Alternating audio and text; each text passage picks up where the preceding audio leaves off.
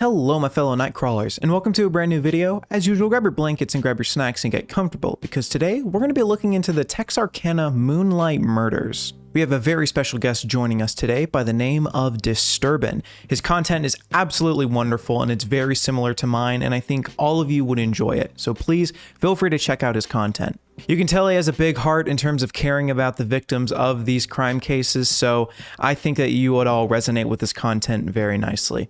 Please feel free to check him out in the description and the comment section below. But anyway, ladies and gentlemen, enough of my blabbering. Let's hop into the Texarkana Moonlight Murders. It has been over 75 years since the 10-week killing spree of the Texarkana Moonlight Murders struck the town. Media quickly dubbed the attacks the Moonlight Murders and gave a name to this mysterious figure, called the Phantom Killer. But even though it did seem like the police eventually caught the person responsible for sending this small town into a panic, no one was actually ever convicted for the crimes. Let's look a little further. The first incident occurred on February 22nd, 1946. That evening, 25-year-old Jimmy Hollis and 19-year-old Mary Jean Larry had gone to see a movie before driving to a secluded road known as Lover's Lane just outside the city. 10 minutes after the couple had parked their car, around midnight, their date was interrupted by someone shining a flashlight in the window. As Jimmy and Mary's eyes adapted to the sudden change of light, they saw that the person holding the flashlight was a man wearing a white sack, most likely a pillowcase, over his head, with eyes and mouth holes cut into it. The situation was very strange, and I mean understandably. If some random person's walking up to your car shining a flashlight, you're immediately not exactly going to assume the worst. You're going to assume that it's a prank, or maybe someone's investigating on why you're chilling in Lover's Lane. Jimmy told the dude that, hey man, you got the wrong guy, just leave us alone, blah, blah, blah, like, I don't know who you're messing with, but just leave us alone. The two quickly realized that the situation was a lot more serious than what they were being led on to believe, because the masked person said this: "I don't want to kill you, fellow, so do what I say." As the stranger had a gun pointed at the both of them, the pair had no choice but to obey what he had wanted. So they hopped out of the car.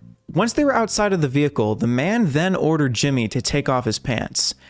Jimmy, being a little reluctant, still decided to do so anyway because, you know, gun pointed at them, potentially life or death, I'm gonna take off the pants. For unclear reasons, the attacker smacked Jimmy across the face with his gun. Actually, twice with his gun, cracking his skull so loud that Mary thought that he had been shot. I'm not sure what the masked dude wanted. Jimmy took off his pants. What more can you ask for? He did what he was told, but apparently I guess that wasn't enough. As Jimmy was now lying unconscious on the ground, the man turned his attention to Mary. Thinking the attack was motivated by money, Mary showed the stranger Jimmy's wallet to prove they did not have any cash. However, that only made things worse. The man proceeded to strike Mary in the head with a blunt object and then told her to run. And so, she did. The young woman tried her best to get away from the assailant, but he soon caught up with her and weirdly asked why Mary was running. She replied, saying that he had told her to do so, after which the stranger called her a liar, knocked her down, and sexually assaulted her with the barrel of his gun. We don't know what else the masked man was planning on doing with the couple, but fortunately, a pair of headlights was seen at the end of the road. This caused the masked man to leave the scene. Afterward, Mary ran about a half mile so that way she could call the police. Afterward, Jimmy regained consciousness and managed to flag down a nearby motorist. Of course, Jimmy also contacted the authorities soon after.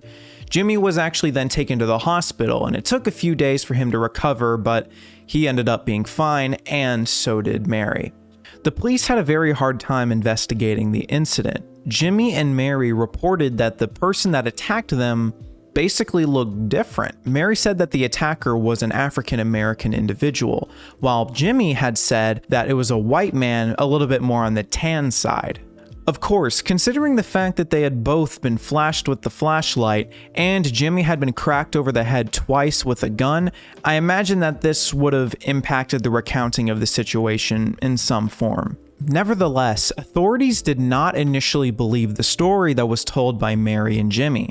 They were constantly challenged and even hit a point that they said that they were lying so that way they could cover up the supposed attacker.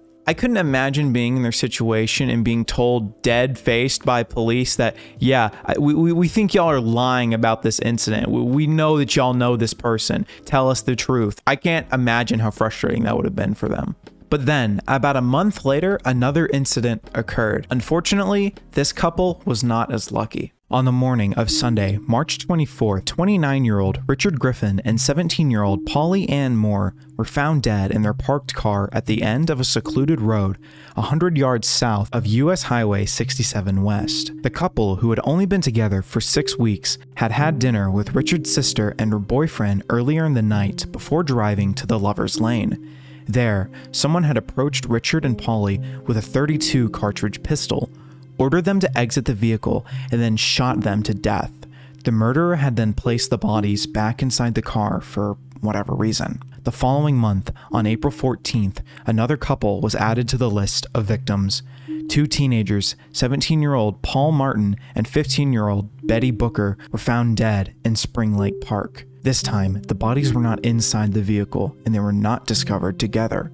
Paul was left lying on the north edge of the North Park Road after being shot 4 times. Betty's body was found behind a tree almost 2 miles away from Paul's body. She had been shot twice with a .32 Colt. Despite the rumors that began to circulate the area regarding the motives of the killings, neither Betty nor Polly were sexually assaulted before they were brutally murdered. Again, with the police not having much to work with, the killer was able to strike one more time. On Friday the 3rd of May at around 9 PM, 37-year-old Virgil Starks was sitting in an armchair in his farmhouse northeast of Texarkana, reading a newspaper. Someone saw an opportunity and fired 2 shots through a window, hitting Virgil in the back of his head, killing him instantly. Virgil's wife, 36-year-old Katie, heard the shots and the breaking glass and ran to call the police. She was shot twice in the face while doing so, but somehow, Katie managed to survive. Almost blinded by her own blood, she ran barefoot across the street to her sister and brother-in-law's house to get some help. After police arrived at the scene, they found a flashlight, bloody footprints, and tire tracks. As large amounts of money in the home were not taken, nor was Katie's purse, robbery was quickly ruled out. Curiously, even though a .22 caliber pistol had been used to kill Virgil and injure Katie, police said that the perpetrator was the same person as in the previous cases. Since then, many have questioned the conclusion as this attack differed from others in many ways. Not just that the gun was different, but the Starks were also attacked inside their home. Nevertheless, at this point, the authorities were sure they had a repeat offender on the loose. Back in 1946, the term serial killer was not yet used, as FBI agent Robert Kenneth Ressler coined it 30 years later in the 1970s. But no matter the terminology, after the news of the attack, the people of Texarkana were in panic. They bought weapons to protect themselves, they stayed in their homes at night and began to lock their doors, which was not too common back then. The media did not help the situation, as the Texarkana Gazette stated on the 5th of May that the killer may strike again at any moment, at any place, and at anyone. The press dubbed the killings Moonlight Murders, and because the Night Stalkers seemed to appear out of nowhere, strike, and vanish, he was given the name Phantom Killer. But, just as this so-called Phantom Killer had driven the city into chaos and fear, the unidentified serial killer disappeared. After the attack of the Starks, there were no more Moonlight Murders. After a 10-week killing spree, the Phantom Killer stopped and left the authorities puzzled. Back in 1946, there was no technology to investigate the crime scenes as well as we do today, and the police basically just did not have any clues to follow. The Phantom Killer had truly appeared and vanished like a ghost, leaving not much evidence of himself behind. However, what the police did have was an endless amount of false confessions keeping them busy.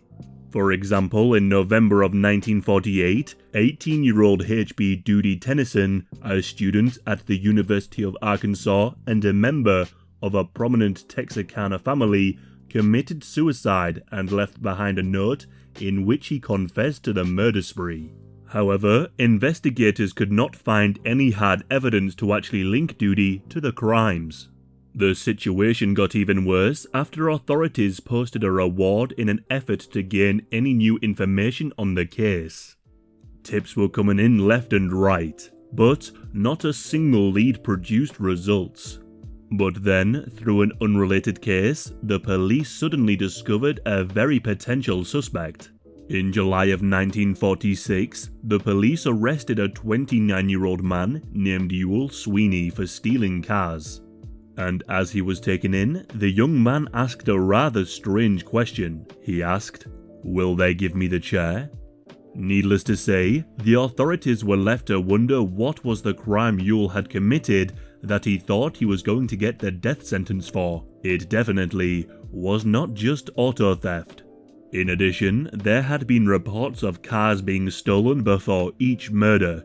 So, was Ewell Sweeney the phantom killer? According to his wife Peggy, yes he was. As she was first to be interviewed, Peggy implicated her husband in the Texarkana Moonlight Murders, and even described the murder of Betty Jo Booker and Paul Martin in great detail. The police were thrilled. They thought they were going to close the case that had caused many sleepless nights, but then Peggy changed her mind. She suddenly told a completely different story and refused to testify against her husband. Due to her unreliability and lack of physical evidence, Ewell was never prosecuted for the Phantom Killer murders, but that did not mean he escaped prison altogether. Ewell Sweeney was sentenced to life in prison for car theft in 1947. Interestingly, after Ewell was locked up, the Phantom Killer never struck again. He was released on appeal almost 30 years later in 1973 and reportedly died in 1994 at a nursing home in Dallas. Ewell never implicates himself in the Moonlight Murders, and to this day, we do not know whether or not he had anything to do with the killings. According to James Presley, who wrote the book about the Phantom Killer, everything was done to pursue Ewell Sweeney, but in the end, it was just not enough. I dare say every lawman who worked on this case never quit mulling the story over and over, in hopes of turning up the hard evidence that would have convicted Sweeney of the murders. And so, despite the extensive investigation and hundreds of people questioned and arrested during the years, the identity of the Phantom Killer remains unknown. And while the case of the Moonlight Murders is still technically open, it is very unlikely we will ever know who terrorized Texarkana back in 1946. I would once again like to thank Disturban for working on this video with me. Please feel free to check out his channel. You would absolutely love his content, and his voice, not gonna lie, really accompanies the cases that he picks. Thank you once again, Disturban, for joining me on this video. Before we hop in the end segment though, I would like to thank my Knighted Patreons and my Tormented Knights. From my Tormented Knights, we have Andrea, EB Agent J, Levi Worley, Nee, and Pickle Rick. For my Knighted Patreons, we have Cherisy, Emma, Jessica, Kira, Lucas, Monkey Cool, Shizen, and Timo. Thank you guys so much. Your support genuinely means so much, and it allows me to bring the quality content that you guys oh so desire. Thank you all. But anyway, ladies and gentlemen, if you enjoyed the video, why not like and subscribe? It definitely helps me out. If you didn't though, why not dislike and let me know what I can improve on for next time? But anyway, ladies and gentlemen, I will see y'all in the next one.